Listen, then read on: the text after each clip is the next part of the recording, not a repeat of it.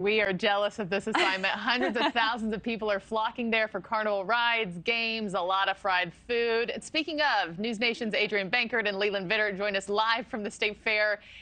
It's our understanding you got some food with you. What have you tried? We have some of the winners or the finalists for the best food of the fair here on this table. Leland, I understand this was a special request from you. You wanted to have fair food. I do. This is the best part of the Iowa State Fair. And I think what's really great about it is that you can tell a lot about the politicians by what they eat and how they eat it, whether they truly embrace it or not, right? Remember, there was the guy who ate the pizza with the fork, and that will forever be, So, in infamy. Pork chop, but I have to say, this is a way fancier version of the kind of fair food. I thought we were gonna have pork. I thought we were gonna have pork chop on a stick, which we like. There's lobster rolls here, which seems sacrilegious. A foot-long lobster roll. Don't say it's sacrilegious until you try it. We're in Iowa. Yeah, but the I'm guy... sure it's delicious. We're in Massachusetts. The guy who started this, J.R. Southport, they sold a ton of lobster, a literal ton, 2,000 pounds of lobster last year at the Iowa State Fair. There we go. They're getting the attention of Maine. Yeah, well, yes, and also the attention of Adrienne Bankert. This may be my favorite. We have monkey bread. And it's bacon monkey bread. What I think is amazing, though, is that this is the beginning of the day for me. It's the end of the day for you guys. Yes. Yeah. So this is dinner. Shout out. Right. This is dinner. Yes. This is a grinder meatball. It's a traditional Italian meatball with pork from a local butcher, bacon wrapped, stuffed with mozzarella cheese, topped with marinara. Again, one of the finalists for best food of the fair. Best food of the fair, and then we've got a brisket mac and cheese, deep fried brisket mac and cheese with syrup. Oh, this is a sandwich. Yeah. This is a good sandwich. This is also a finalist for Best Food of the Fair. You've tried these cookies. The cookies are good. The Barksdale State Fair cookies. They make 30,000 cookies a day or so. No, 34,000 cookies an hour, Leland. Oh. Listen, I've been here. I've been doing my research. I had to make sure I was ready for you. I've been focusing on the politics. Adrienne's been focusing on the cookies. No, I've done both. I think you said this was the best part of the fair. I don't think the food's the best part. I think the food is the icing on the cake. Okay. The best part is the people. Yeah. And talking to people from all walks of life.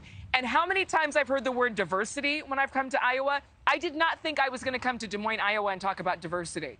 That has been the word of the week, the hashtag, the trend. Well, I think that you have diversity here ethnically, economically, but also politically. Yes. And that sort of comes from, if you think about Iowa, and one of the reasons that Iowa has been so important politically in America is how it looks east to west, north to south, and what you get. Des Moines, you have a true American city, where we're at now, state capital. Beautiful state capital. With a real financial industry. Obviously, you have farms in rural America. You have a couple of rivers that come through, the Des Moines River, and then obviously the Mississippi on the east side of the state. Iowa gives you a feel of all of America. Yeah. And part of it has a real Western feel. You go out to Western Iowa, and that kind of sort of that sense of Western Cowboy freedom. country. Cowboy country, well said.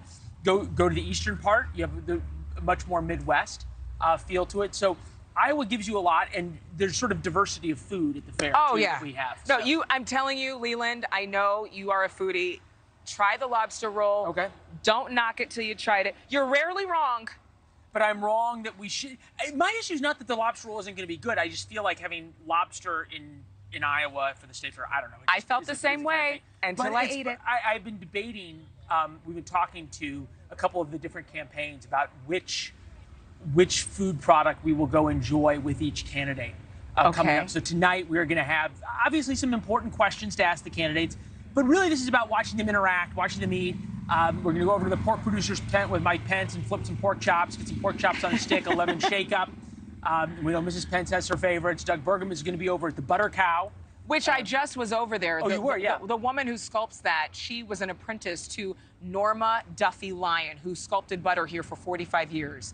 And the legacy there. And she's 45 years later, and she's finally able to take on the... God rest her soul. No, she had to go on, so this young lady took the baton from her, and now her daughters are apprenticing for her. But 40-degree temperatures, sculpting that butter.